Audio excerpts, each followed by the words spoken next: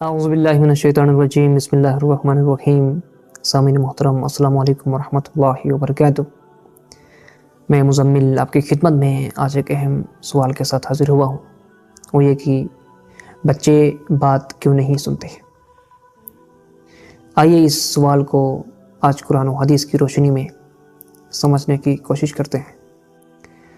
अक्सर वालिदैन ये गुमान कर रहे होते हैं कि जब वो बच्चों को नसीहत कर रहे हैं तो गोया वो बच्चे को समझा रहे हैं, उसकी तरबियत कर रहे हैं, लेकिन उसका नतीजा जो हासिल होता है वो इनकी तवक्कुआत के बरखिलाफ़ होता है। बच्चा तरबियत लेने के बजाय आए रोज़ बेतरतीब हो जाता है, आए रोज़ बद से बदतर बनता चला जाता है।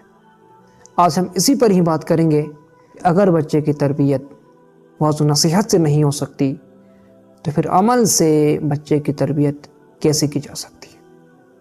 इससे पहले कि मैं अपनी वीडियो को आगे बढ़ाऊं, आपसे गुजारिश है कि इस चैनल को सब्सक्राइब करें, इस वीडियो को लाइक करें और कमेंट करके अपनी राय ज़रूर दीजिएगा। यहाँ एक नुक्ता याद रखने वाला ये है कि बच्चा जो ही पैदा होगा वो एक ख़ास मिजाज में डलना शुरू करेगा। यहाँ तक कि 5 साल की एज तक आते आते उसकी एक ख़ास शख्सियत बन चुकी होती है।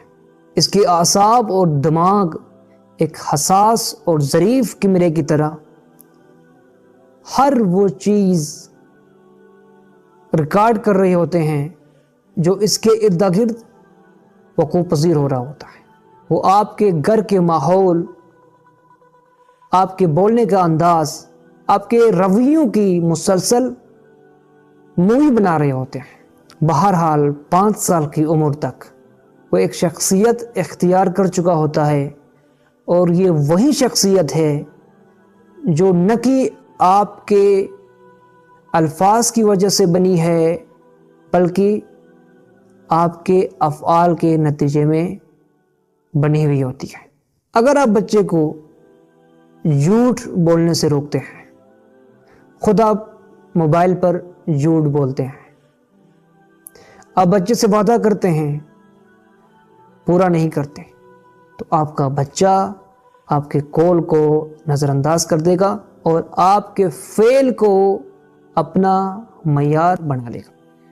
वो आपकी नसीहत की कदरदानी नहीं करेगा बल्कि आपके तर्ज़ हयात की तकलीद करेगा। बहरहाल बच्चा वही बनता है जो अपने माहौल में अपने इर्द गिर्द देखता है, न कि वो जो उससे सुनाया जाता है। अगर मैं मुख्तसर बयान करूं तो तरबियत का पहला उसूल यही है कि ख़ुद मुरब्बी अपनी इस्लाह करें। अगर आप चाहते हैं कि आपका बच्चा बाअखलाक हो तो आपको सबसे पहले अपने आप को अमली नमूने की शक्ल में पेश करना होगा।